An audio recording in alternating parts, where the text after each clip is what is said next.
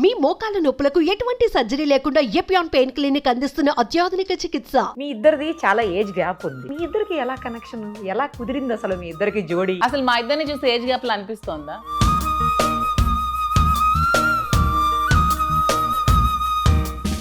అంటే రియల్ గా అయితే ఉంది, చూస్తుంటే అనిపించట్లేదు కదా. మా మధ్యన కూడా అలా ఏ విషయంలో కూడా నాకు ఏజ్ గ్యాప్ కనిపించట్లేదు.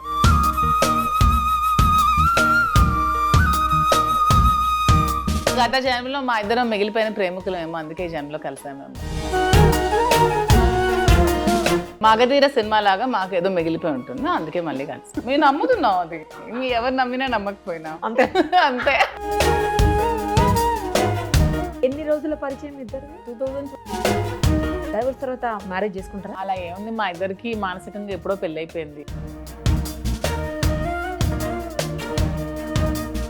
ప్రస్తుతం మనతో పాటు ఉన్నారు సెన్సేషనల్ జంట దువ్వాడ శ్రీనివాస్ గారు, అలాగే మాధురి గారు. వాళ్ళిద్దరూ హైదరాబాద్ షిఫ్ట్ అయిపోయారని తెలుస్తుంది.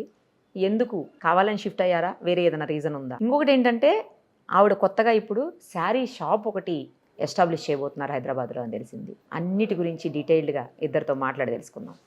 నమస్తే అండి ఇద్దరికి. ఎలా ఉన్నారు? బాగున్నారా? ఏంటి హైదరాబాద్ షిఫ్ట్ అయిపోయారని తెలిసింది, ఎందుకు, రీజన్ ఏంటి హైదరాబాద్ షిఫ్ట్ అయిపోవటానికి? హైదరాబాద్ షిఫ్ట్ అవ్వాలా, యాక్చువల్లీ నాది బిజినెస్, నాది మైన్స్ బిజినెస్. 25 years నుంచి మైనింగ్ లోనే ఉన్నాను. మైనింగ్ లో ఉండేటప్పుడు, రూలింగ్ లో ఉండేటప్పుడు మైనింగ్ నడుస్తుంది, రూలింగ్ లో పోయేటప్పుడు మైన్స్ ఆగిపోతున్నాయి. గడిచిన కాలంలో 2014లో కూడా మేము ఓడిపోయేటప్పుడు నా మీద కక్ష కట్టి అచ్చెన్నాయుడు నా మైన్స్ అన్నింటినీ ఆపాడు. ఎర్రన్నాయుడు ఉన్నప్పటి నుంచి కూడా నా మైన్స్ మీద వాళ్ళు దాడి చేస్తున్నారు.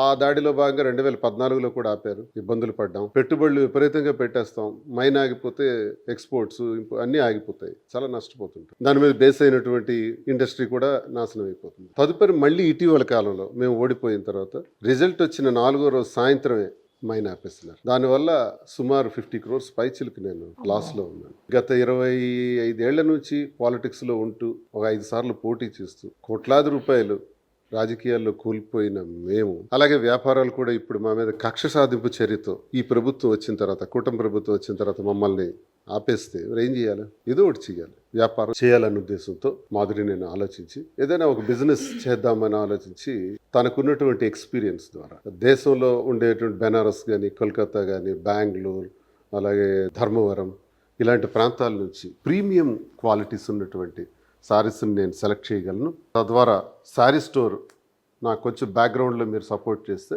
నేను శారీ స్టోర్ బిల్డప్ చేసేసి స్టార్ట్ చేస్తాను.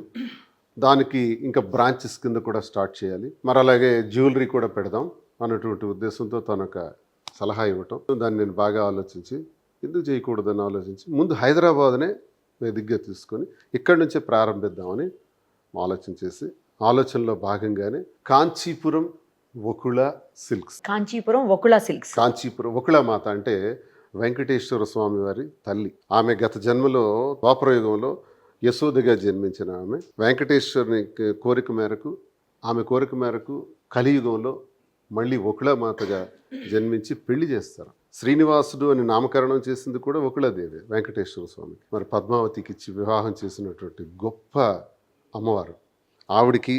అసలు వివాహాలు ఎలా చేయాలి, అన్ని వ్యవహారాల్లో మంచి సలహాలు సూచనలు ఇవ్వగలిగినటువంటి మాత జీవకోటికి.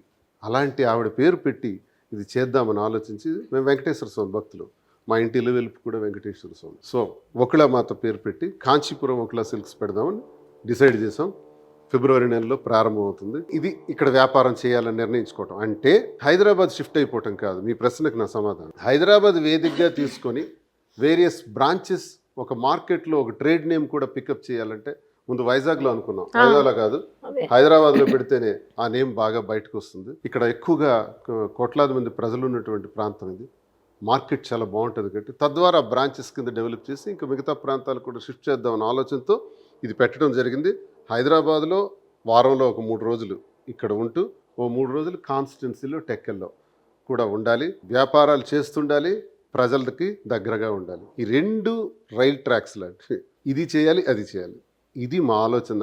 హైదరాబాద్ షిఫ్ట్ అవ్వటం అన్నది కాదు, హైదరాబాద్లో వ్యాపారం చేయాలన్నటువంటి నిర్ణయంతో ఇది ప్రారంభించాం. ఇక్కడ 3 రోజులు ఉంటాం వారానికి, అక్కడ 3 రోజులు ఉంటాం. ఈ రకంగా ఈ 2 చేయాలన్నది, ప్రజలను విడిచిపెట్టేది లేదు. 25 సంవత్సరాల రాజకీయ జీవితంలో ఎన్నో అనుభవాలు ఉన్నాయి జనాలు. నేను బ్రతుకున్నంత వరకు, ఆఖరి ఊపిరి ఉన్నంత వరకు నా బ్రతుకు ప్రజలతోనే, సర్వస్వం జనంతోనే. అది ఎప్పుడు ఉంటుంది. అది ఉంటూ ఇది చేస్తున్నాం. ఆర్థిక స్థితిగతుల్ని కొంచెం పరిపుష్టి చేసుకోవటానికి చేయాలన్నది మా ఊహ. కానీ మరి 3 రోజులు అక్కడ ఉంటే అప్పుడు మరి బిజినెస్ ఎలాగా మీకు? బిజినెస్ అంటే 3 days మేము ఉంటే మిగతా టైంలో వర్కర్స్ చూసుకుంటారు కదా అన్న ఆలోచనతో ఈ నిర్ణయం అయితే తీసుకున్నాం. అంటే పూర్తిగా ఇక్కడ ఉండిపోతే మరి అక్కడ ప్రజలు అలా చూసుకుంటారు. సో అక్కడ ఉండాలి, ఇక్కడ ఉండాలి. సో ఈ బిజినెస్ కూడా మేము చేస్తుంది మా ప్రజల కోసమే. ఎందుకంటే శ్రీనివాస్ గారిని ఆర్థికంగా కొడితే అతను వీక్ అయిపోతారన్న ఆలోచనతో ఎప్పుడు కూడా శ్రీనివాస్ గారిని ఆర్థికంగా మూలాలను కొట్టాలనే చూస్తారు. ఆ విధంగానే అప్పుడు ఎర్రన్న అయినప్పటి నుంచి కూడా ఇప్పటి వరకు కూడా ఎప్పుడు అతను వ్యాపారాల మీద కొడుతూ ఉంటారు. అతను ఒరిస్సాలో క్వారీ పెట్టారు. ఇండియాలోనే కాదు వరల్డ్ క్లాస్ బిజినెస్ మ్యాన్ అయ్యారు. అది కూడా దెబ్బ కొట్టి దాన్ని కూడా ఆపేశారు. ఆపేశాక మళ్ళీ నిలదొక్కుని మళ్ళీ టక్కల్లో కొత్తగా మళ్ళీ ఒక క్వారీ స్టార్ట్ చేశారు. ఇప్పుడు దాన్ని కూడా ఆపేశారు. పూర్తిగా జీరో చేశారు శ్రీనివాస్ గారిని. సో మరి శ్రీనివాస్ గారి దగ్గరికి రోజు ఒక 100 మంది వస్తూ ఉంటారు తమ కష్టాలను చెప్పుకోవడానికి. మాకు ఈ సహాయం కావాలి, మాకు ఆ సహాయం కావాలని. మరి శ్రీనివాస్ గారు ఇలాంటి స్థితిలో ఉన్నప్పుడు ఎలా హెల్ప్ చేయగలరు ప్రజలకు కూడా హెల్ప్ చేయాలంటే అతను కూడా ఆర్థికంగా స్ట్రాంగ్గా ఉండాలి కదా. సో మరి అక్కడే వ్యాపారం చేసి ఇంకేం చేసినా సరే ఇలాగా ఆపేస్తారనే ఆలోచనతో మేము ఫస్ట్ అయితే తెలంగాణలో స్టార్ట్ చేద్దామని నిర్ణయానికి అయితే వచ్చాము. ఇక్కడ తెలంగాణ ప్రజలు కూడా మమ్మల్ని బాగా రిసీవ్ చేసుకుంటున్నారు, బాగా ఆదరిస్తున్నారు. సో ఇక్కడ ఫస్ట్ స్టార్ట్ చేశాక సో ఇది కూడా వాళ్ళ కోసమే, ప్రజల కోసమే. మాకైతే ఏదో డబ్బులు సంపాదించాలి, కోట్లు సంపాదించాలనే ఆలోచన మాకైతే ఎప్పుడు కూడా లేదు. ఉన్నంతలో హ్యాపీగానే ఉంటాం. సో వాళ్ళకి మనం సహాయం చేయాలంటే మనకు ఉంటేనే కదా మనం సహాయం చేయగలం. సో మనం ముందే ఎర్న్ చేయాలనే ఆలోచనతో ఇక్కడికి వచ్చాం. ఏదైతే ఫైనాన్షియల్ సోర్స్ ఉందో ఆ సోర్స్ తో ఈ బిజినెస్ ని పికప్ చేద్దామని ఆలోచిస్తాం. నాది ఒకప్పుడు అదే తను చెప్పారు, ఐకాన్ బ్రౌన్ అని వరల్డ్ క్లాస్ మెటీరియల్, అది ఒడిశాలో చేసేవాడిని. 10 years ఆ బిజినెస్ చేశాను. అది ఎక్కువగా ఎక్స్పోర్ట్ చేశాను. చాలా హై క్లాస్ మెటీరియల్ గ్రానైట్లో. అది కూడా ఆపేస్తున్నారు రాజకీయంగానే. చాలా మంచి మెటీరియల్. ఇవన్నీ ఎదురు దెబ్బలు తిని ఆఖరికి ఇప్పుడు కూడా ప్రెసెంట్ ఉన్న మేము క్వారీలో 30 crores వరకు ఇన్వెస్ట్మెంట్ పెట్టాం. అదంతా కూడా బ్లాక్ చేసి మొత్తం పోయింది. ఈవెన్ పోర్ట్లో కాంట్రాక్ట్ వర్క్స్ చేసాం. సో అవి కూడా ఒక 11 crores వరకు బిల్స్ ఆపేశారు. బిల్స్ ఇవ్వకుండా చేస్తున్నారు. సో కంప్లీట్ గా ఫైనాన్షియల్ గా, ఎందుకంటే శ్రీనివాస్ గారిని ఇంకా ఎలాగా కూడా దెబ్బ కొట్టడానికి లేదు. ఎందుకంటే అతను ఎప్పుడు అక్కడ అవినీతి చేయరు, లంచాలు తీసుకోరు, ఇంకేమి ఉండవు అతని మీద. ఏవి చెప్పడానికి కూడా ఏ అబద్ధపు మాటలు ఎవరు చెప్పడానికి కూడా ఏమీ ఉండవు. సో ఇంకా ఏ విధంగా దెబ్బ కొట్టాలి, ఫైనాన్షియల్ గా దెబ్బ కొట్టడం ఒకటే వాళ్ళకి తెలిసింది. సో అదే చేస్తున్నారు. సో అది ఎదుర్కోవాలంటే అక్కడి నుంచి మేము ఇక్కడ షిఫ్ట్ అయ్యి ఇక్కడ వ్యాపారం చేయాలనే ఆలోచనతో ఇక్కడ స్టార్ట్ చేసాం. ఈ విధంగా చాలా మందికి కూడా ఎంప్లాయ్మెంట్ కూడా దొరుకుతుంది, ఒక 40-80 members వరకు. సో ఆ విధంగా కూడా మేము హెల్ప్ చేసిన వాళ్ళు అవుతాం.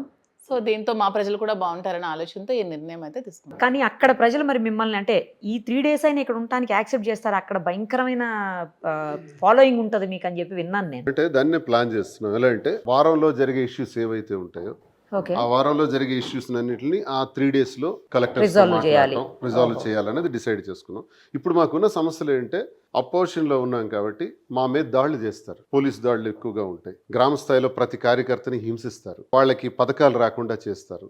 ఇలాంటి ఇబ్బందులు పెడితేటప్పుడు పథకాలు రాకుండా చేసే దాని మీద కలెక్టర్స్తోని అధికారులతో ఫైట్ చేసి వాళ్ళకి వచ్చేటట్టు చేయగలుగుతాం. ఆ 3 రోజులు సరిపోతాయి. ఇంక రిమైనింగ్ అర్జెన్సీ ఏదైనా ఉంటుంది, అర్జెంటుగా పోలీస్ స్టేషన్లో ఇబ్బంది పెడతారు. అలాంటి సందర్భం వచ్చేటప్పుడు ఇప్పుడు ఇమీడియట్గా ఫ్లైట్లో వెళ్ళి అక్కడ ఆదుకొని ఎదుర్కొని రావటం, మళ్ళీ వాళ్ళని అవసరమైతే కోర్టుకి వెళ్ళటం. చాలామంది మీద కేసులు పెడుతున్నారు. ప్రతి ఒక్క కార్యకర్త మీద కూడా గ్రామ స్థాయిలో కేసులు. ఈ ప్రభుత్వం వచ్చిన తర్వాత నడి రోడ్డు మీద చంపారు మనుషులు. ఇవన్నీ పట్టుకుని జగన్మోహన్ రెడ్డి గారు ఆధ్వర్యంలో ఢిల్లీలో పెద్ద కార్యక్రమం కూడా మేము చేసాం. మా పార్టీ మీద జరిగినటువంటి దాడులపై, హింసాచర్యలపై, హింస మీద, వీటన్నిటి మేము గట్టిగా మాట్లాడగలిగాం.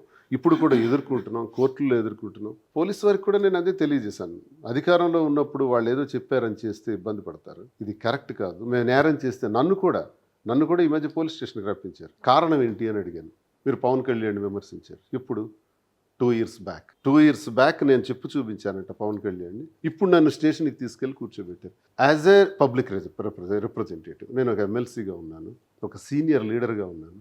నన్ను స్టేషన్కి తీసుకెళ్లే ముందు నేరం ఏంటో కూడా వాళ్ళు స్పష్టంగా చెప్పగలిగితే మంచిది. నేరం ఏంటంటే 2 years బ్యాక్ నువ్వు పవన్ కళ్యాణ్ తిట్టకూడదా? చెప్పు చూపించకూడదా? ఆయన చెప్పు చూపించాడు కదా, మంత్రుల మీద చెప్పు చూపించాడు. చెప్పించి కొడతా నా కొడకల్లారా అన్నాడు. వైసీపీ నా కొడకల్లారా అన్నాడు. ఇష్టానుసారంగా మమ్మల్ని జగన్మోహన్ రెడ్డి గారు ముఖ్యమంత్రిగా ఉంటే నువ్వెంత, నీ బ్రతుకెంత అన్నాడు. ఇలాంటి మాట్లాడేటప్పుడు మేము చూసుకుని ఊరుకుంటామా? నేను జగన్మోహన్ రెడ్డి గారి తాలూకా ఒక రక్షణ కవచంలో ఉండేటటువంటి మనస్తత్వం నాకు. ఆయన అంటే నాకు ఇష్టం. వైఎస్ఆర్ నుంచి అడుగులు వేసినవాడిని. అలాంటి మా నాయకుడికి మీరు విమర్శిస్తే అది నేరం కాదా? ఆ 2వ రోజు నేను 2 ఏళ్ల క్రితం విమర్శిస్తే దాన్ని పట్టుకుని ఇప్పుడు కేసు కడతారా? కేసు కట్టి స్టేషన్లో కూర్చోబెడతారా? ఒంగోలులో ఒక కేసు, చిత్తూరులో ఒక కేసు. ఏంటిది అంటే విమర్శించామని మా మీద కేసులు కడితే అదే మా నేరం, మీరు విమర్శించవచ్చు, మేము విమర్శించకూడదు. ఇలా నాలాంటి వాడి మీద కూడా కేసు కట్టారంటే ఇంకా సామాన్యమైన కార్యకర్తల్ని ఎంత హింసిస్తున్నారు అన్నదానికి ఉదాహరణ. మీరు అన్నట్టు ఎక్కడ ఏదైనా బ్యాడ్ ఇన్సిడెంట్ కాన్స్టిట్యున్సీలో జరుగుతుంది అంటే ఇమీడియట్గా వెళ్ళి హాజరవుతాం. ఎందుకంటే next election- 2 years బ్యాక్ జరిగిన దానికి ఎఫ్ఐఆర్ కట్టారు. సో ప్రెసెంట్ సిచ్యువేషన్ లో మా మీద వైసీపీ మహిళలని ప్రతి ఒక్కరి మీద మమ్మల్ని మానసిక హననం, వ్యక్తిత్వ హననం చేయడం ఇలాంటి వీడియోస్ పెడుతున్నారు. దీని మీద యాక్షన్ తీసుకోమని మేము పోలీస్ స్టేషన్కి వెళ్ళి కంప్లైంట్ పెడితే కనీసం ఎఫ్ఐఆర్ ఫైల్ చేయట్లేదు, కనీసం యాక్షన్ తీసుకోవట్లేదు. మొన్న కూడా మా నియోజకవర్గంలో పోస్టర్ చింపారు, మా జగన్మోహన్ రెడ్డి పోస్టర్ చింపి ఆపిన మా కార్యకర్తల మీద కత్తి తీసుకొని వెళ్ళారు చంపడానికి. అది వీడియో ఎవిడెంట్తో సహా స్టేషన్కి వెళ్తే కనీసం ఎఫ్ఐఆర్ కూడా ఫైల్ చేయలేదు. అలా ఉంది కూటమి ప్రభుత్వం సిచ్యువేషన్ ప్రెసెంట్. ఎక్కడ కూడా ఎవరికి కూడా రక్షణ కూడా లేకుండా పోయింది. నెక్స్ట్ ఎలక్షన్ లో కంటెస్ట్ చేస్తారా? తప్పకుండా చేస్తాం. మరి అలాంటప్పుడు మీరు ప్రజలకి చాలా దగ్గరగా ఉండాలి కదా, మీరు దూరం అయిపోతారేమో హైదరాబాద్ వచ్చేస్తే.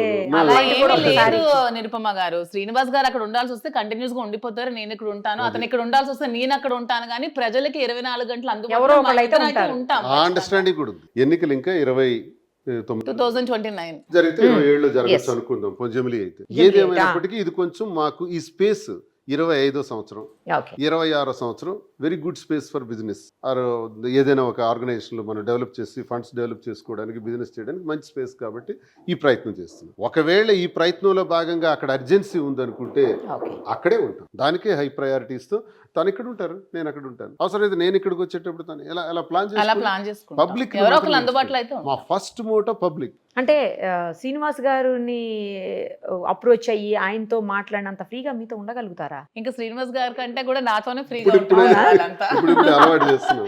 శ్రీనివాస్ గారు అంటే కొంచెం భయం ఉంటుంది Okay. వాళ్ళందరికీ.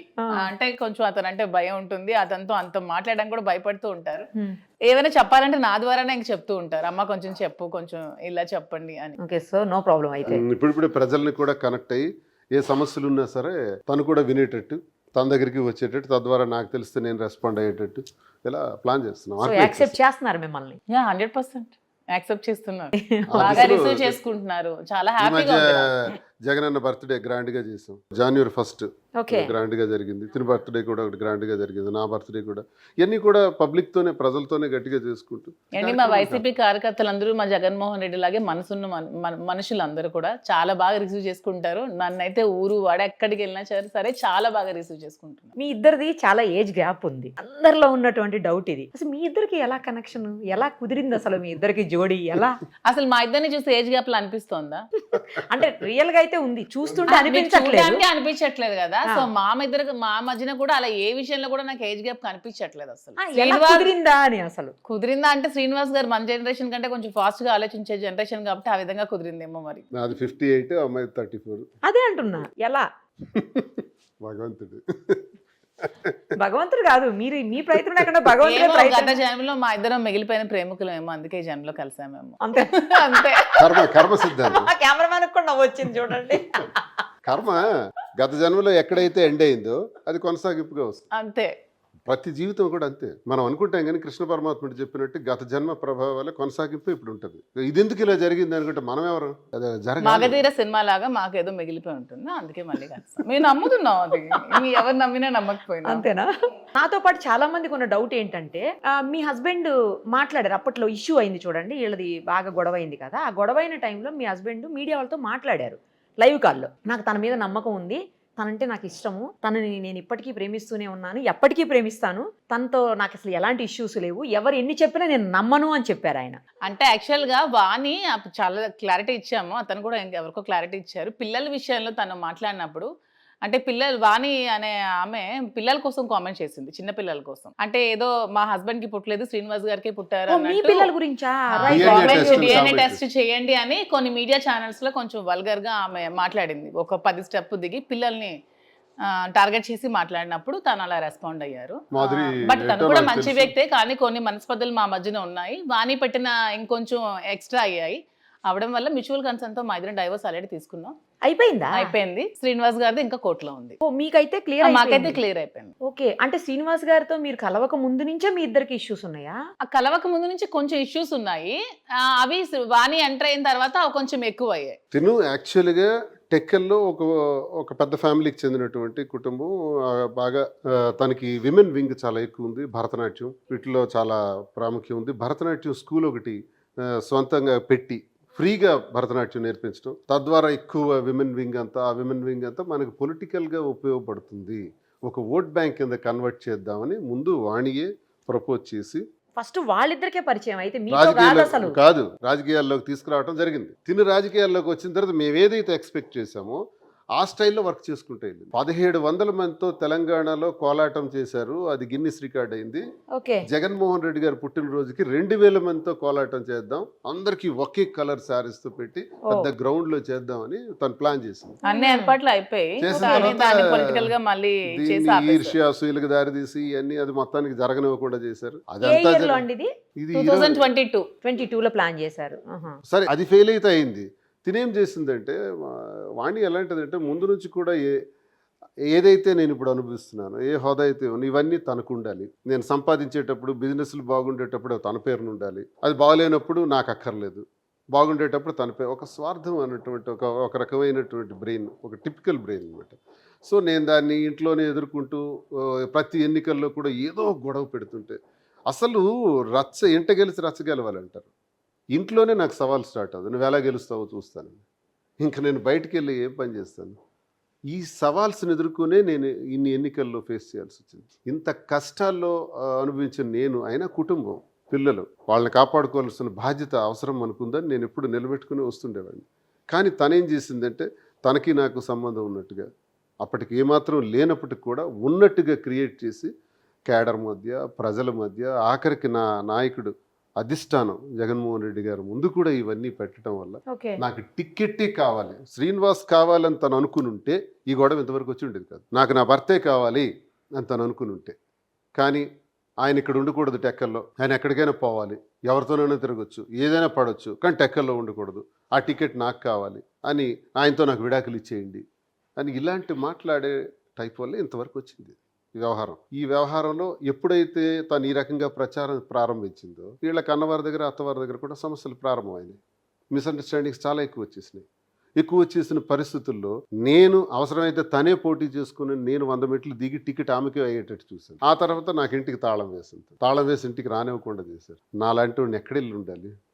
నా స్వార్థ్యతతో కష్టపడి కోట్లాది రూపాయలు వ్యాపారాలు చేసి సంపాదించి అవన్నీ పిల్లలకి ఉండాలి, కుటుంబానికి ఉండాలని ఆశించి నేను ఆఖరికి ఆ ఇంటికే తాళం ఇస్తున్నాను. ఎక్కడికి పోవాలి? ఆఖరికి 78 సంవత్సరాల వయసులో మా అమ్మ, నువ్వు అక్కడికి వచ్చేయని, నన్ను తల్లి నా దగ్గర ఉండాలి, నేను దగ్గర వెళ్ళి ఉండాల్సిన పరిస్థితి వచ్చింది. ఒక ఏడాది పాటు బయటే ఉన్నాను. ఆ టైంలో నా భోజనాలు కానీ, నా ఏర్పాట్లు కానీ, నేను తిరగాల్సిన పరిస్థితులు కానీ, ప్రజల్లో ఉండాల్సిన పరిస్థితులు కానీ అన్నీ దగ్గరుండి తనే చూసింది. ఇది స్నేహంగా మారింది, దగ్గరయం. ఆమె ఏదైతే దుష్ప్రచారం చేసిందో ఆ దుష్ప్రచారం కాస్త నిజమవ్వాల్సిన పరిస్థితి వచ్చింది. ఆఖరికి మేము కలవాల్సిన పరిస్థితి వచ్చింది. ఈ పరిస్థితుల్లో ఆమె అత్తవారి దగ్గర, కన్నవారి దగ్గర, భర్త దగ్గర చులకనై పిల్లల్ని, 3 పిల్లలతో నడి రోడ్డు మీద ఉండేటప్పుడు నేనేం చేయాలా? ఈ క్రిటిసిజం చేసే వాళ్ళందరికీ, ట్రోలర్స్ అందరికీ మీ ద్వారా నేను తెలియజేస్తున్నాను, ఏం చేయాలి?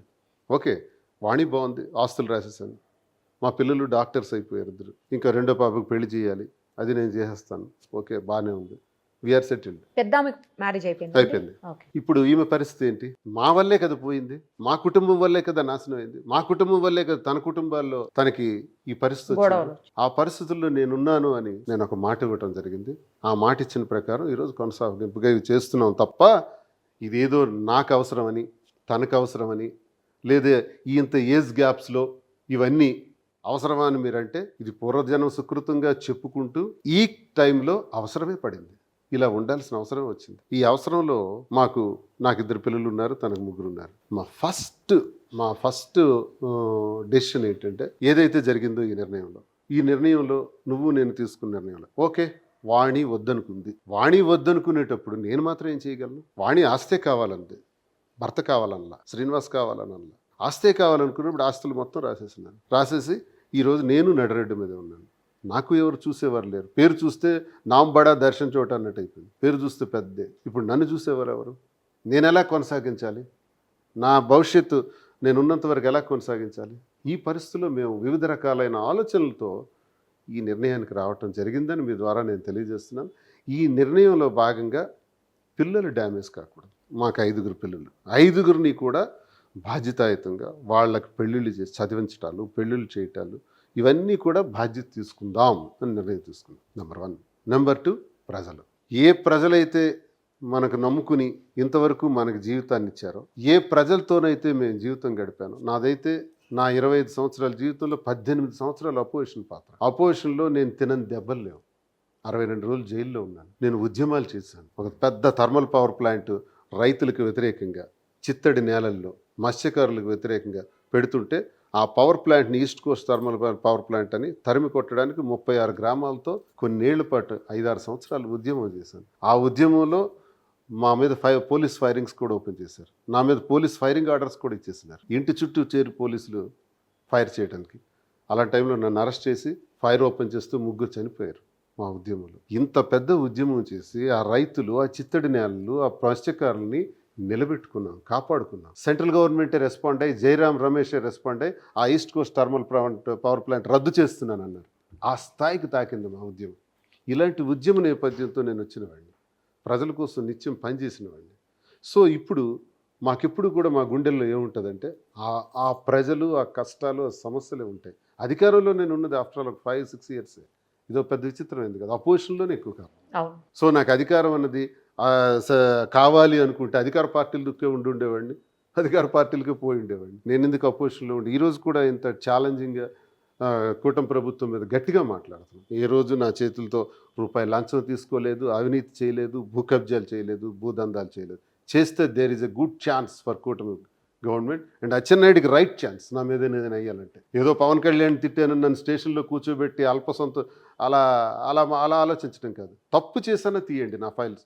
అధికారంలో 5 సంవత్సరాలు ఉన్నాం, ఎమ్మెల్సీగా 2.5 years ఉన్నాను, గవర్నమెంట్లో ఇప్పుడు ఉన్నాను. తప్పులు అప్పుడు ఏమైనా చేసుంటే తీయండి, అరెస్ట్ చేయండి, కేసులు పెట్టండి. ఇంత దర్జాగా నేను మాట్లాడగలుగుతున్నామంటే మేము నిజాయితీగా పాలిటిక్స్ చేశాం కాబట్టి, నిజాయితీగా ప్రజల్ని నమ్మాం కాబట్టి, ఆ ప్రజలు మమ్మల్ని కూడా నమ్మారు కాబట్టి, ఆ ప్రజలు అన్నది మా రెండో కాన్సెప్ట్. పిల్లలు నెంబర్ 1, ప్రజలు నెంబర్ 2. ఈ రెండింటిని నిలబెట్టుకుంటూ ముందుకు వెళ్ళాలంటే మేము ధైర్యంగా అడుగులు వేయాలి. ఈ కాన్సెప్ట్లో వాణికే నష్టం లేదు. ఆస్తులు ఉన్నాయి, రాసేసినాం. హాయిగా ఒక 7 కోట్ల రూపాయలతో బ్రహ్మాండమైన ఇల్లు కట్టాను. ఆమె అందులో ఇంద్రభవనం హాయిగా తను ఉంటారు అక్కడ. అలాగే ఒక పెద్ద ఫ్యాక్టరీ ఉంది, నాది గ్రానైట్ ఫ్యాక్టరీ, అది కూడా రాసి ఇచ్చేసాను. తనకే ఉంది. నా ఐఎమ్ విత్ ఎంప్టీ హ్యాండ్స్ ఉన్నాను. ఉన్న తర్వాత మాధురి సహకారంతో ఆమెకున్న ఆస్తుల్ని ఈరోజు అమ్మాం. అపార్ట్మెంట్ ఒకటి వైజాగ్లో సుమారు 2 crores పైచిలుకుంటే అది అమ్మేస్తాం. కొన్ని ప్లాట్స్ ఉంటే అవి అమ్మేస్తాం. ఇంకెక్కడెక్కడ గోల్డ్ ఇవన్నీ కూడా అమ్మేస్తున్నాం. అన్నీ అమ్మేసి ఆ డబ్బులు తెచ్చి ఈ వ్యాపారం చేస్తుంది. ఓపెన్, రహస్యం ఏం లేదు ఇందులో. ఇది టెక్కల్లో ఉండే ప్రతి సామాన్యుడికి కూడా తెలుసు నా గురించి, నేను చెప్పిన మాటలు. మా జిల్లాలో కానీ నా గురించి తెలిసిన వాళ్ళ గురించి కానీ అంత ఓపెన్గా మీ దగ్గర నేను ఈరోజు తెలియజేస్తున్నాను. సో ఇది నిలబెట్టుకోవటానికే ఏదో ఒకటి చేయాలి అని ఉన్న పెట్టుబడిని ఈ రకంగా డైవర్ట్ చేస్తూ మేము చేస్తున్నాం అన్నది మీకు తెలియదు. కానీ ఏమని వినిపిస్తుందంటే మొత్తం ఆస్తులన్నీ మీరు రాసేసాను అంటున్నారు. ఇప్పుడు నేను వింటుంటే నాకు కూడా కొంచెం ఆశ్చర్యంగా అనిపిస్తుంది. ఆస్తులు అసలు నా దగ్గర ఏం లేదు, నేను ఇవాళ చేతుల్లో ఏమీ లేకుండా ఉన్నాను అంటున్నారు. కానీ మీ ఆస్తుల కోసమే ఆవిడ మిమ్మల్ని ట్రాప్ చేసిందని చెప్పేసి మాట్లాడుతున్నారు. మరి దానికి ఏం ఆన్సర్ చేస్తారు? ఇప్పుడు మీరు చెప్పేదానికి బయట వింటున్న దానికి అసలు సంబంధమే లేకుండా ఉంది. మీరు చూపెడతారంటే మీకు ఎవిడెన్స్తో సహా ఇస్తాను, డాక్యుమెంటరీ ఎవిడెన్స్ కూడా. జస్ట్ 15 days బ్యాకే తిన్న అపార్ట్మెంట్ అమ్మేశారు వైజాగ్లో. అమ్మేసింది ట్రాన్స్ఫర్ అయింది ఉంటుంది కదా, కొన్నది ట్రాన్స్ఫర్ అయింది ఉంటుంది కదా, తనకు అమ్మాల్సిన అవసరం ఎందుకు వస్తుంది? తన అకౌంట్ నుంచి నా అకౌంట్లోకి ట్రాన్స్ఫర్ అయిన అమౌంట్లు చూడండి. ప్రజలు ఏమనుకుంటారు, నా దగ్గర 500 కోట్లు ఉంది, 1000 కోట్లు ఉంది, నేను ఇంట్లో పెట్టాను. అది జగన్ దయ వల్ల నేను పోర్టు మూలపేట రావటం, మూలపేట పోర్టులో south break waters, north break waters ఇవన్నీ కూడా సప్లై కాంట్రాక్ట్ నేనే చేశాను. నా ఎఫిడవిట్లో కూడా రాశాను. ఎమ్మెల్యేగా నేను పోటీ చేసేటప్పుడు ఎఫిడవిట్లో కూడా రాశాను. ఇన్ని కాంట్రాక్ట్స్ నేను చేశాను. ఆ కాంట్రాక్ట్స్ గ్రావెల్ కానీ, బౌల్డర్స్ కానీ ఇవన్నీ నేను చేశాను. నా ఉన్న మైన్స్ కానీ వీటన్నిటి ద్వారా వచ్చింది ఏదో కొంత మిగిలితే ఇంటి నిర్మాణం చేశాను. అందులో కొన్ని 100 కోట్లు ఉన్నాయన్నది ఒక అపోహ కల్పించి ఆ డబ్బు ఆశించి మాధురి నా దగ్గరికి వచ్చారని. బట్ ఫ్యాక్ట్ ఈస్ మాధురి ఆస్తుల్ని ఇప్పుడు అమ్మి వ్యాపారం చేస్తారు. ఇంకొకటి కూడా ఉందండి, ఏంటంటే ఎలక్షన్ టైంలో అంతా ఆవిడ చాలా ఫుల్ ఫైనాన్షియల్ గా స్ట్రాంగ్ ఉన్నారు. ఆవిడే మీకు అప్పుడంతా కూడా, ఎందుకంటే ఎలక్షన్ టైంలో బయటికి తీలేరు కదా డబ్బులు రాజకీయ నాయకులు ఎక్కువగా, సో ఆ డబ్బంతా ఆవిడే పెట్టారు మీకు, అందుకోసమే మీ ఇద్దరి మధ్యన ఈ రిలేషన్ అనేది స్టార్ట్ అయిందని కూడా వినిపిస్తుంది. ఎలక్షన్ ముందు ఒక 2 crores వరకు ఈమె నాకు ఖర్చు పెట్టింది ఓకే ఎలక్షన్ ముందు. అది నేను ఇదివరకు కూడా చెక్స్ తో సహా చూపించడం జరిగింది. ఓకే ఆ ఎవిడెన్స్ కూడా క్లియర్ గా చెప్పాను. ఎలక్షన్ ముందు ఖర్చు పెట్టారు దాన్ని. ఇప్పుడు ఒకటేనండి, ఇల్లు ఎందుకు మాధురికి రాశారు అని అనుకుంటారు చాలా. ఎలక్షన్ ముందు నాకు ఆమె 2 crores ఖర్చు పెట్టింది, నేను ఇవ్వాలి కదా. ఒకటి, అమ్మాయి రోడ్డు మీద ఉంది. 2, నా కోసం ఖర్చు పెట్టేసింది. దీనికి ఒకటే ఉద్దేశం ఏంటంటే, నా వల్లే కదా Duvvada Srinivas political life damage అయింది. ప్రజల్లో కానీ, పార్టీ ముందు కానీ, నాయకుడి ముందు కానీ. అదే డ్యామేజ్ ఎక్కడ జరిగిందో అక్కడే మళ్ళీ తవ్వుకుంటాం, మళ్ళీ అక్కడే నిలబెడతాం, మళ్ళీ అక్కడే సక్సెస్ చేస్తాం అన్న కాన్సెప్ట్ ఇప్పుడు తను తీసుకుంది. ఆ తీసుకునే దానిలో నాకు భరోసాగా నిలబడుతుంది. ప్రజలు, కార్యకర్తలకి తనే దగ్గర అవుతుంది, పరిచయం అవుతుంది. ప్రతి ఒక్క గ్రామానికి వెళ్ళటం, కలుసుకోవటం, ప్రతి కష్టానికి నిలబెట్టడం, శ్రీనివాసుని మనం ఎలాగైనా నిలబెట్టుకోవాలి, మనం గెలిపించుకోవాలనే ఒక లైన్ ప్రజల్లోకి తీసుకెళ్తూ భరోసాగా ఉండి ఈరోజు కొత్త జీవితాన్ని ప్రారంభించడం జరిగింది పొలిటికల్గా. ఇందులో భాగంగా ఎలక్షన్ ముందు ఆమె పెట్టినటువంటి ఖర్చు, ఈమె చూస్తే ఇంటికి తాళం వేసేసిన పరిస్థితి వాణి. నాకు మిగిలింది ఆ ఒక్క బిల్డింగే. ఆ బిల్డింగ్ని కూడా నాకు ఇచ్చేయండి అని తన ఇంటి మీదకి దాడి చేసి 4 రోజుల పాటు ఈ బిల్డింగ్ నుంచి బయటకు వెళ్ళాలని చెప్పి మీకు జరిగిన రచ్చంతా మీరు చూశారు. ఆ రచ్చలో నేను మాధురికి ట్రాన్స్ఫర్ చేశాను. ఎందుకు చేశానంటే, నేను ఆ బిల్డింగ్ ట్రాన్స్ఫర్ చేయకపోతే ఈ 2 కోట్లు ఎవరిస్తారు? ఎన్నికల ముందు తను ఖర్చు పెట్టిన ఖర్చు. ఒకవేళ అది వాణికి పోతే నేను ఎక్కడ ఉండాలి? వాణి నాకు మళ్ళీ ఇంటికి తాళం వేస్తుంది, నేను ఎక్కడ ఉండాలి? ఇవన్నీ జరగకూడదంటే ఈ ఆస్తి ట్రాన్స్ఫర్ చేయాలని ట్రాన్స్ఫర్ చేశాం. ఇప్పుడు అక్కడి నుంచి ప్లాన్ చేసుకుంటా ఈ స్థితికి ఇలా వచ్చాం. ఖచ్చితంగా రానున్న రోజుల్లో 1 పిల్లలు 2 ప్రజలు, ఈ 2 కాన్సెప్ట్లు 2 కళ్ళ తీసుకొని ముందుకెళ్తాం. తప్పకుండా విజయం సాధిస్తాం. మీడియా ద్వారా మా బాధలన్నీ కూడా ప్రజలకు తెలియజేస్తాం. పర్టికులర్గా నిరుపమ గారికి చాలా ఒక జర్నలిస్ట్గా మంచి ఇది ఉంది మీకు. మీ తాలూకా ఛానల్స్, మీ తాలూకా ఇంటర్వ్యూస్ చాలా నేను చూశాను. మీ ద్వారా చెప్పుకుంటే ప్రజలకు అది బాగా వెళ్తుంది. ఒక సిస్టర్లా నాకు కనబడ్డారు సోదరిమణిగా. కాబట్టి నా విషయాలన్నీ కూడా మీకు నేను స్పష్టంగా తెలియజేస్తున్నాను. ఇందులో చాలామంది ట్రోలర్స్ ఇష్టానుసారంగా ట్రోల్ చేస్తుంటారు. మేమేదో డబ్బుల కోసం, లేకపోతే వయసులను ఆలోచించో మేము చేయలే. మా అవసరమే మాకు ఈ స్థాయి ఈ పరిస్థితిని తెచ్చి. పరిస్థితులు నెసెసిటీ నోస్ నో లా. అవసరానికి చట్టం ఉండదు, న్యాయం ఉండదు, ధర్మం ఉండదు. అవసరమే మనల్ని అలా తయారు చేస్తాం. ఇది అవసరం, ఇది చేసాం. చట్ట ప్రకారం మీరు చేయొచ్చా, న్యాయ ప్రకారం మీరు చేయొచ్చా నేను కెలికితే, చట్ట ప్రకారం ఎప్పుడూ సుప్రీంకోర్టు యాక్సెప్ట్ చేసింది దాన్ని. అది మేమంటే వీళ్ళు ఇది వాడుకుంటున్నారు అంటారు. మేము వాడుకోవటానికి ప్రయత్నించాల, అది వాడుకోవటానికి ప్రయత్నించాల. మాకున్న పరిస్థితిని చట్టబద్ధంగా ప్రశ్నిస్తే, న్యాయబద్ధంగా ప్రశ్నిస్తే, సుప్రీంకోర్టు కూడా ఈ రకంగా చెప్పింది కాబట్టి ఇది నేరం కాదు, మా పరిస్థితులే మాకు ఇలా డైవర్ట్ చేసినాయని మేము చెప్పుకోగలుగుతున్నాం. అదే ఈరోజు కొనసాగిస్తాం. ఇందులో ఎవరేమనుకుని మాకు అనవసరం. ఎవడు ఏం కామెంట్ చేసుకున్నా, ఎవరు నాకు ట్రోల్స్ ఇష్టానుసారంగా చేసినా, ఒక ఎమ్మెల్సీ ఇలా చేయొచ్చా, ఒక రాజకీయ నాయకుడు ఇలా చేయొచ్చా, నువ్వేం సందేశం ఇస్తున్నావు, నువ్వు ఇదా ఇచ్చే సందేశం అంటే, ఏ సందేశం ఇవ్వాలో ట్రోలర్సే నాకు చెప్పాలి దయచేసి. ఎందుకంటే నా పరిస్థితులన్నీ ఎక్స్ప్లెయిన్ చేశాను. మీ వల్ల ఈమె నడి రోడ్డు మీద వదిలేయమంటారా? ఈమె జీవితాన్ని నాశనం చేసేయమంటారా? మా కుటుంబం కదా రోడ్డు మీదకి తీసుకొచ్చాం. హాయిగా బ్రతుకుతున్న వాళ్ళని తెచ్చి నాశనం చేసి ఆమెకు స్టాంప్ వేసేసి వదిలేనా? వాణి వదిలేసినట్టు నేను వదిలేనా? మరి మా పిల్లలతో మేము బాగుంటాం, ఆమె పిల్లలతో ఆమె ఇవ్వాలి. కాబట్టి ఈ నిర్ణయం తీసుకున్నాను. ఈ నిర్ణయంలో అర్థం ఇదని మీకు నేను తెలియజేస్తాను. మీరు చెప్పే ప్రతి మాటలో కూడా ఒక ఆర్ద్రత అర్థమవుతోందండి. ఎక్కడ కూడా మీరు అబద్ధం ఆడుతున్నట్టు అయితే నాకు అనిపించట్లా, నిజాయితీగా మాట్లాడుతున్నట్టే కనిపిస్తోంది మిమ్మల్ని చూస్తుంటే. బట్ కనబడే పరిస్థితులు వేరే కనపడుతున్నాయి, జరిగేదేమో వేరే కనిపిస్తోంది. అది కొంచెం కన్ఫ్యూజన్ గురయ్యేటువంటి పరిస్థితులు ఉన్నాయి అందరికీ కూడా. అదే అందరూ అర్థం చేసుకోవాలి. మేము తిరగటం, మేము కూర్చోవటం, మీరు ఇలా కలిసి ఉంటామని చూసి అపార్థం చేసుకుని మాట్లాడుకోవటం కాదు. దయచేసి మీకు మేము చేసిన తప్పు అనుకుంటే, దీనికి ఒక 1600 మందితో ఒక యూట్యూబ్ ఛానల్ ఉండేది గొడవ జరగక ముందు రోజు వరకు. ఈ గొడవ జరిగిన తర్వాత 1,00,000 మంది ఫాలోవర్స్ అయ్యారు. అవునా మాధురి గారు? మానిటైజేషన్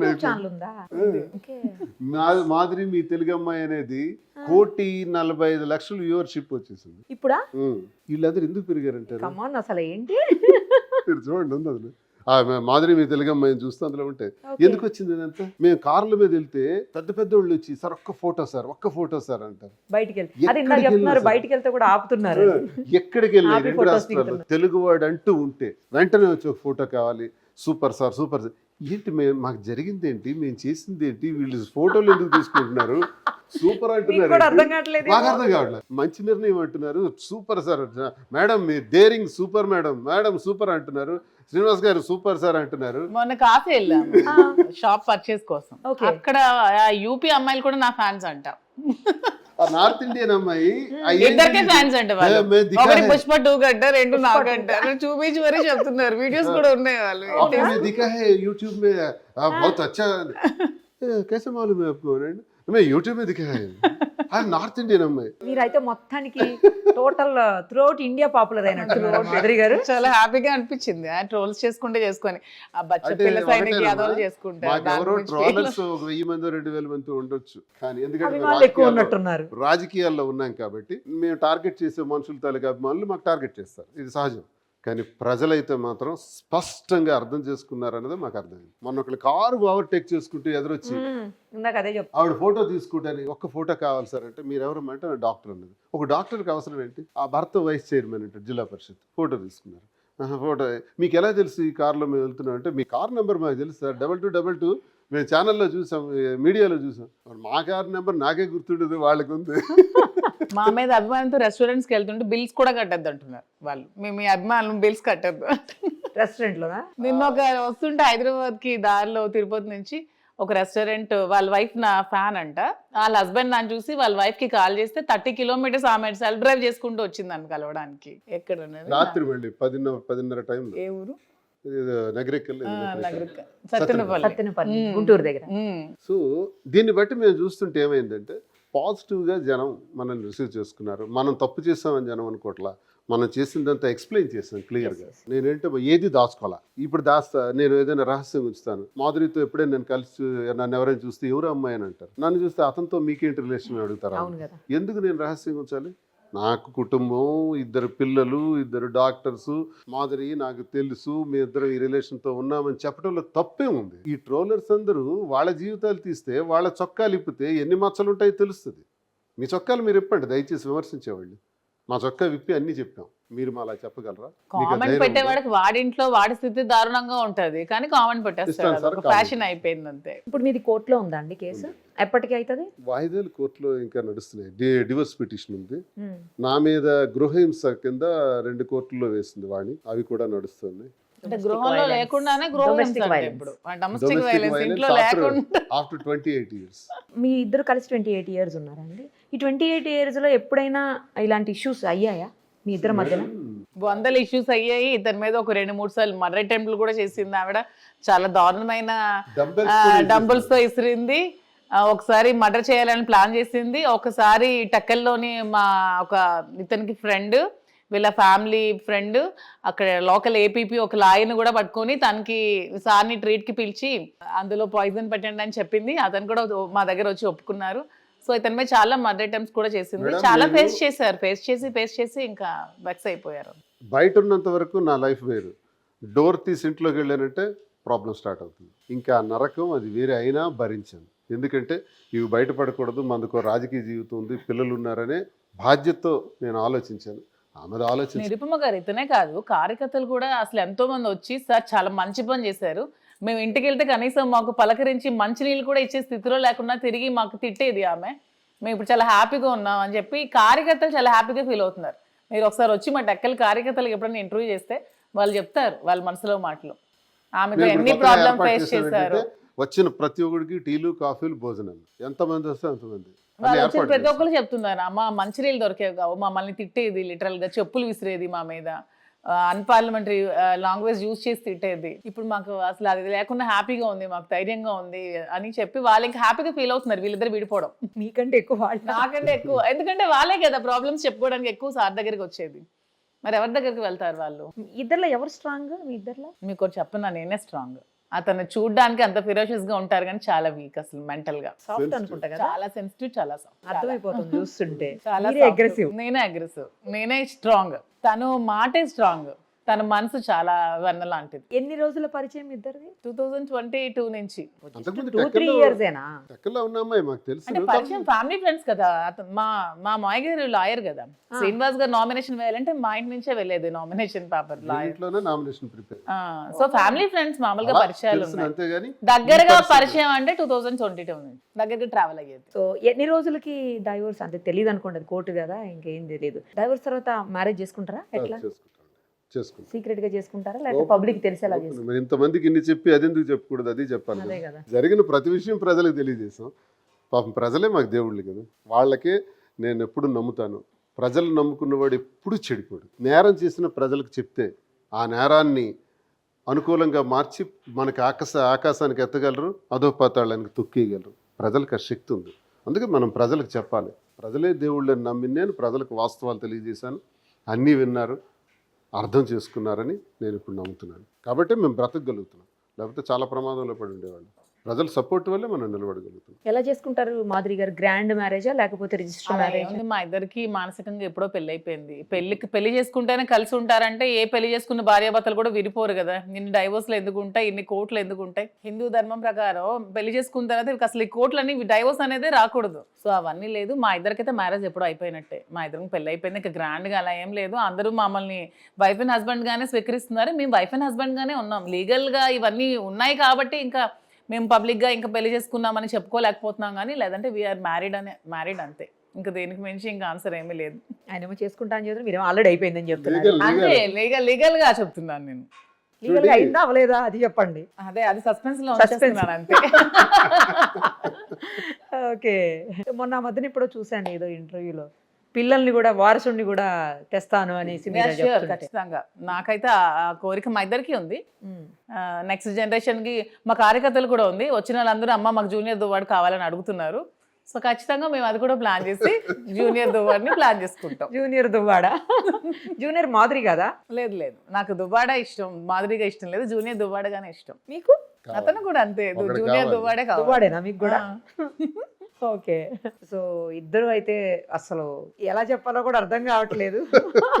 మీరు అన్నట్టు ఇందాక చెప్పారు కదా ఏదో జన్మలో అనుబంధం అని. నిజంగానే అదే, అందరూ నవ్వుకున్నా, కెమెరామ్యాన్ నవ్వుకున్నా అదే నిజం. కెమెరామెన్ నవ్వుకున్నా కూడా అదే నిజం. సో ఇప్పుడు మీరు మరి మీకు క్లాసికల్ డాన్సర్ కదా మీరు, ఇంకా అది స్టాప్ చేసేస్తారా? ఇంకా అటు సైడ్ ఆల్మోస్ట్ 2022లోనే ఆపేస్తాను. ఎప్పుడైతే పాలిటిక్స్ లోకి వచ్చానో ఇంకా టైం లేక స్కూల్ అవి క్లోజ్ చేసేసాను. నా స్టూడెంట్స్ కొంతమంది అక్కడ నేర్పిస్తున్నారు, అలా కంటిన్యూ అవుతున్నాయి. అక్కడ మీ మదర్ పేరెంట్స్ అటు సైడ్ అంతా ఓకేనా అండి? వాళ్ళు బాగానే ఉంటున్నారా? దగ్గరే ఉన్నారు. సూపర్. అక్కడే ఉన్నారా మమ్మీ? పిల్లలు ఇప్పుడనే కాదు, అంటే టెక్కల్లో స్కూల్స్ బాగోవని పిల్లలు శ్రీకాకుళంలోనే చదువుకుంటున్నారు. మొదటి నుంచి కూడా ఎల్కేజీ నుంచి అక్కడే చదువుకుంటున్నారు. మదర్ దగ్గరే ఉంటారు. అంటే ముందు నుంచి నేను బిజినెస్ లో ఉండేదాన్ని కాబట్టి మదరే పిల్లల్ని చూసుకునే వాళ్ళు. నేను వీక్లీ ట్వైస్ పిల్లల దగ్గర బిజినెస్ చేసేటోళ్ళు. నిన్న పెట్రోల్ బంక్ రన్ చేశాను. రియల్ ఎస్టేట్ కూడా ఉండేది. ఫాదర్ రియల్ ఎస్టేట్ యాక్చువల్గా అపార్ట్మెంట్స్ అవి కన్స్ట్రక్షన్ చేస్తూ ఉంటారు. సో నాతో పాటు అపార్ట్మెంట్స్ కన్స్ట్రక్షన్ చేసేదాన్ని, పెట్రోల్ బంక్ నడిపేదాన్ని. సో ఆ విధంగా చిన్నపిల్లల్ని కొంచెం నా కష్టం అని అమ్మ చూసుకునేది. పెట్రోల్ బంక్ నడిపే రఫ్ గా తయారైనట్టుంది. అంతే. బంక్ కి ఎవరు పడితే వాళ్ళు వస్తారు, ఎట్లా అరువులు, ఫైనాన్షియల్ గా చాలా పెద్ద పెద్ద గొడవలు, కొన్ని లక్షల రూపాయలు కలెక్షన్స్ రావాలి. డీజిల్ తీసుకెళ్ళిన వాళ్ళు అరువులు లగేజ్ పీల్కి వచ్చారు వాళ్ళంతా. అమ్మ ఇంకా మేము ఇవ్వలేం, లాస్ అయిపోయాం అంటే రొయ్యల చెరువులు అవి చేస్తూ ఉంటారు కదా, వాళ్ళకి డీజిల్ అవసరం పట్టుకెళ్తూ ఉంటారు. అలా అరువులు ఇచ్చేస్తారు, క్యాన్స్ లో పట్టుకెళ్తారు. వాళ్ళు ఇంకా అమ్మ మేము ఇవ్వలేమంటే ఇంకా అన్ని వదిలేస్తారు. ఇప్పుడు క్లోజా? బంక్ క్లోజ్ చేసేసాను. మరి ఇంకా ఇంకా ఇద్దాం అనుకుంటున్నా, రీస్టార్ట్ చేయాలి. మీరే స్టార్ట్ చేసి నడవచ్చుగా మళ్ళీ. ఇంకా అన్ని చేయలేను నేను. ఇంకా చేద్దాం ప్లాన్ చేస్తున్నాం. ఎవరైనా పెట్టండి ఇలాగే మొహమాట ఎక్కువ. అమ్మ వచ్చి ఇవ్వండి చెప్పకండి, ఇచ్చేస్తా. నాదని తెలుసు కదా అందరికి, అమ్మేశానని చెప్పండి. అదే ఇంకా అలా చెప్పి చెయ్యాలి. వేరే వాళ్ళకి ఎంప్లాయ్మెంట్ లోకల్గా కార్యకర్తలు కొంతమంది రన్ చేసుకుంటామని అడుగుతున్నారు, వాళ్ళకి ఇద్దాం అనుకుంటున్నాను. వాళ్ళు కూడా కొంచెం సపోర్ట్ చేస్తున్నట్టు. అదే ఎంప్లాయ్మెంట్ ఇచ్చినట్టు అయితే మీరు ఇందాక అన్నట్లు. సో ఇలా ఇక లైఫ్ ని ఇలా లీడ్ చేస్తారు అయితే ఇద్దరు కలిసి. పిల్లలు చిన్న పిల్లలు కదండి, వాళ్ళకి తెలుసా శ్రీనివాస్ గారు? వస్తూ ఉంటారు. ఏమంటే వాళ్ళ ఫాదర్ అండర్ లోనే ఉన్నారు, ఇతనికి అంకుల్ అని పిలుస్తారు. అర్థం చేసుకున్నారు అంతా, అంతే. ఇప్పుడిప్పుడే అందరూ అర్థం చేసుకున్నారు, వస్తూ ఉంటారు, అతని దగ్గరికి వస్తూ ఉంటారు, ఉంటూ ఉంటారు. బాగానే ఉంటారండి. సో ఇంకొక జూనియర్ వచ్చిన తర్వాత అప్పుడు వాళ్ళకి అమ్మో ఇంకో తమ్ముడు వచ్చేసాడు మాకని అర్థం అవుతుందేమో. లేదు, వాళ్ళు కూడా తమ్ముడు కావాలంటున్నా. అడిగారా? మీరు అడిగారా వాళ్ళు మిమ్మల్ని అడిగారా? వాళ్ళు కొన్ని న్యూస్ ఛానల్స్ చూసి మమ్మీ తమ్ముడు వస్తారన్నాడు, ఎప్పుడు వస్తారని అడుగుతున్నారు. అవునా? అవును, ఎప్పుడు వస్తున్నాడు? ఇప్పుడు కొంచెం బిజినెస్ సెటిల్ అయ్యాక. ఇప్పుడు ఫస్ట్ కాన్సన్ట్రేషన్ అంతా బిజినెస్ మీదే ఉన్నట్టుంది అయితే మొత్తానికి. లైఫ్ లో ఫస్ట్ మనీ అనేది కొంచెం ఇంపార్టెంట్ థింగ్, ఎందుకంటే అదే ఇప్పుడు ఆపేశారు కదా అతనికి ఫైనాన్షియల్ సోర్సెస్. సో ఫైనాన్షియల్ గా కొంచెం ఎదిగాక సెటిల్ అయ్యాక అప్పుడు మిగతావి. కాంచీపురం వకులా సిల్క్స్ ఇంకెప్పుడు ఎన్ని బ్రాంచ్లు పెట్టాలన్న ఆలోచన ఉంది? మేము హైదరాబాద్ లో 3-4 బ్రాంచెస్ అనుకుంటున్నాము. తర్వాత వైజాగ్ లో ఒకటి, రాజమండ్రిలో ఒకటి, విజయవాడలో అనుకుంటున్నాం. బెంగళూరు కూడా, విజయవాడ, వైజాగ్, కాకినాడ, రాజమండ్రి, విశాఖపట్నం, బెంగళూరు కూడా ప్లాన్ చేస్తాం. అన్ని ఎట్ ఏ టైమ్ అండి? లేదు కదా, 6 months. 1 by 1. 2-3 months గ్యాప్ లో. మరి దీనికి చాలా హ్యూజ్ ఇన్వెస్ట్మెంట్ అవుతుందేమో కదా. చెప్తున్నాం కదా, ఫైనాన్షియల్ గా నాకున్న సోర్సెస్ అన్ని కూడా అమ్మేశాను. ఇంకా సో దాంతో స్టార్ట్ చేస్తున్నాను. క్లోజ్ చేసి అమౌంట్స్ రెడీ చేసి అక్యుములేట్ చేసి ఇందులో పెట్టాలి. మీరు ఇద్దరు ఫైనాన్షియల్ మామూలుగానే ఆవిడ స్ట్రాంగ్, ఫైనాన్షియల్ గా ఎవరు స్ట్రాంగ్? ముందు ఎవరు, ఇప్పుడు ఎవరు?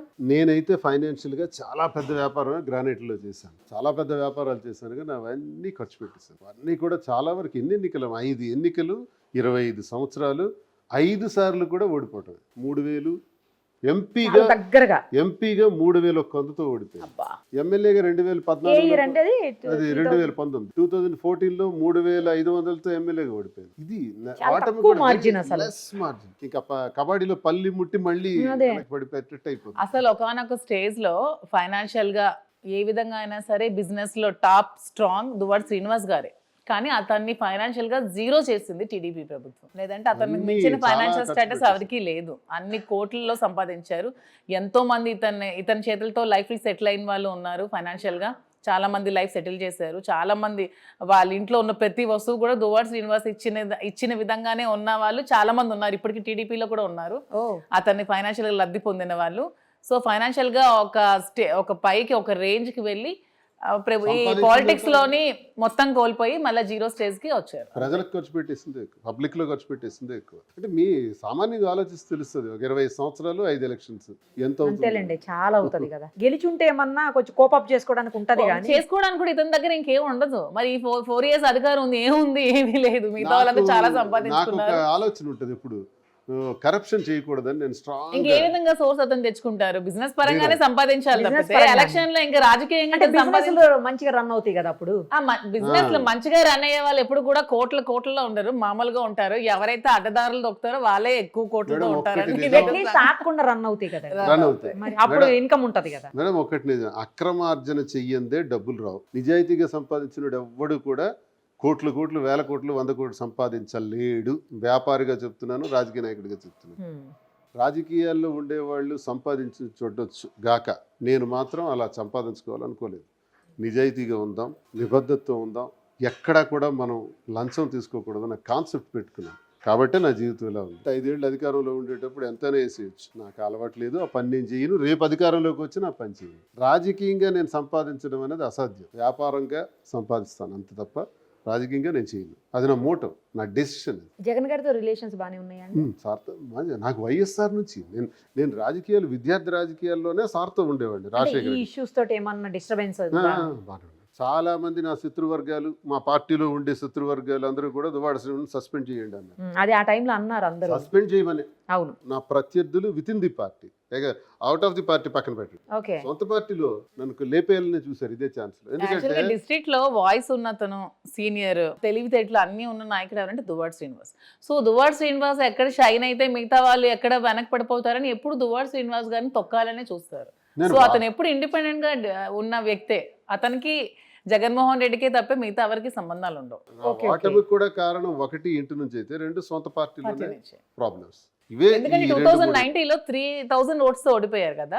కౌంటింగ్ అప్పుడు ఇతను ఒక్కలే ఉండిపోయారు, అందరూ గెలిచేశారు, అందరూ వెళ్ళిపోయారు. అట్లీస్ట్ అందరూ ఉండి సపోర్ట్ చేసి ఉంటే, ఫైట్ చేసి ఉంటే ఆ టైంలో శ్రీనివాస్ గారు ఖచ్చితంగా గెలుస్తారు. 7800 పోస్టల్ బ్యాలెట్లు కౌంట్ చేయకుండా ఇన్వాలిడ్ లో పెట్టేస్తారు. లేదంటే అప్పుడు అతను ఎంపీగా గెలవాల్సిన వ్యక్తి. 3100తో పోయింది. ఇవన్నీ ఎదుర్కొంటూ నేను ఉంటున్నాను.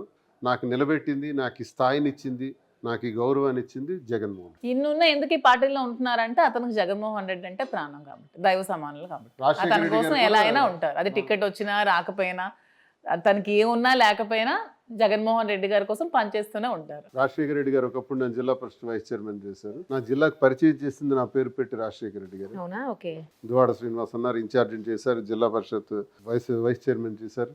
ఈయన నన్ను ఎమ్మెల్సీని చేశాడు. జగన్మోహన్ రెడ్డి నా జీవితంలో నేను ఇప్పుడు మర్చిపోయాను. నాకు రక్త సంబంధం ఉందో లేదో నాకు తెలియదు, కానీ ఆ భగవంతుడు ఎలాగని నాకు అతనిది రుణానుబంధమే. అలాగే నన్ను చూశాడు ఆయన. నా జీవితంలో ఆయన ఎప్పుడు రక్షణ కవచంలో ఆయనకు ఉంటాను అంతే. ఈ రాజకీయాలు గెలవచ్చు, ఓడిపోవచ్చు, ఏమైనా అయిపోవచ్చు. నెక్స్ట్ ఎలక్షన్ లో మరి మీకు సీట్ ఇస్తారని అనుకుంటున్నారా? ఎక్కడికి వెళ్ళిపోతుంది? టక్కల్ అంటే దువ్వాడ శ్రీనివాస్ అంటే టక్కలి. సో టక్కలి సీట్ దువ్వాడ శ్రీనివాస్ దాటి ఎక్కడికి వెళ్ళిపోయేదే లేదు. తగ్గేదేలే. అసలు చూసారా?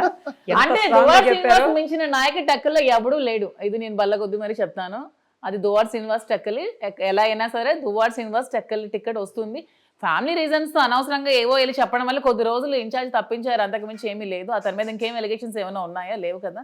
టెక్కలో ఎవరికి అడిగినా సరే ప్రజల్లోకి వెళ్తే దువ్వాడ శ్రీనివాస్ అంటేనే తెలుస్తుంది. ఇంకే పేరు చెప్పినా సరే ప్రజల్లో ఎవరికి కూడా తెలియదు. సో టెక్కల్ అంటే దువ్వాడ శ్రీనివాస్ అంటే టెక్కల్. ఎంత స్ట్రాంగ్ గా చెప్పారు చూసారా? మీరు కూడా చెప్పాలి అంత స్ట్రాంగ్ గా. చెప్పాను కదా, అదే ఎలా అయినా అంత స్ట్రాంగ్ డెసిషన్ ఆమె తీసుకుంది. ఈ వ్యాపారాలు ఇవన్నీ చేయటానికి కూడా కారణం అదే. మళ్ళీ మనం గెలవాలి, మళ్ళీ స్ట్రాంగ్ గా ఉండాలి కదా. ఎక్కడైతే మనల్ని కొట్టారో అక్కడే మనం అన్ని నిల్చొని అస్త్రశస్త్రాలు సమకూర్చుకోవాలి. అందుకే అందులో ప్రయత్నమే బిజినెస్.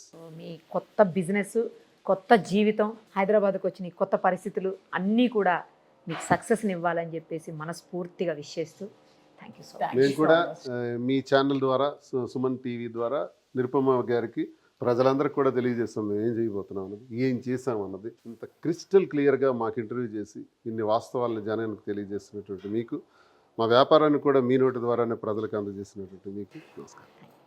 సుమన్ టీవీలో మీ పర్సనల్ అండ్ బిజినెస్ ప్రమోషన్స్ కోసం కింది నెంబర్కి కాంటాక్ట్ చేయండి.